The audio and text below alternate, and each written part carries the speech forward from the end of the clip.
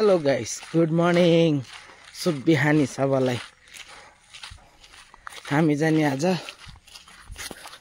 मर्निङको walk भन्ने हो कि मल बोकाइ भन्ने हो, निसालो के भन्ने हो थाहा छैन।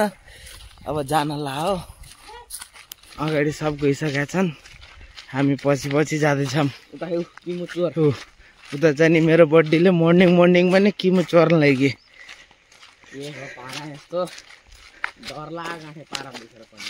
भाग्यो। किमु चोरेर भाग्यो मान्छे, किमु चोरेर भाग्यो मान्छे। 25 सालो पनि चोर्न गएको। यसै छ गाइस, अब पछि भन्छु, म अपडेट गर्छु के कसो हुन्छ। किमु चोर यति पनि छ, फेरि एउटा किमु चोर। एउटा होस् या दुईटा होस्, किमु चोर भनेको किमु चोर नि हो नि। दिदी ठिक छ, ल यस्तै गर्नु, सोझै थिएन यस्तो गरौँ त भनेर एउटा त दिनु सक्नु भएन। ठिक छ, गाउँ हो एउटा धर्ना भन्ने गाउँ। दिदी राम राम राम राम राम राम।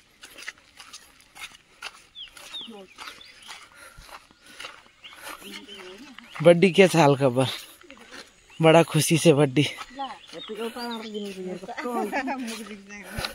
सबको बांटते हो, हमें डांटते हो।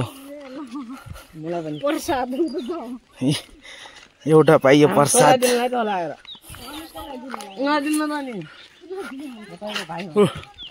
दुईटा यही बसिरहेका छन्। यही हो मल, फार्मको मल, कुखुरा फार्मको मल।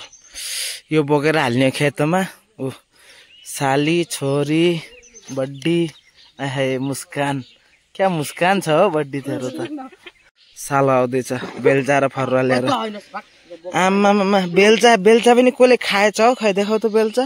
हैन, यो जमा स्टाइल हो। यो स्टाइल हो ए कि कसले चबाएर खाइगेछ भोका भएको। अब मेरो र सालोको काम टक्क हाल्ने हो।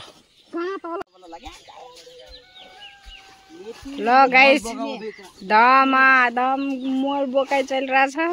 नाक्चो भाचा छ, नाक्चो भाइ बनाउँदोको नाक्चो भाचा छ रे।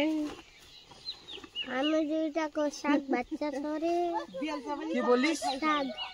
साग हाम्रो घरको।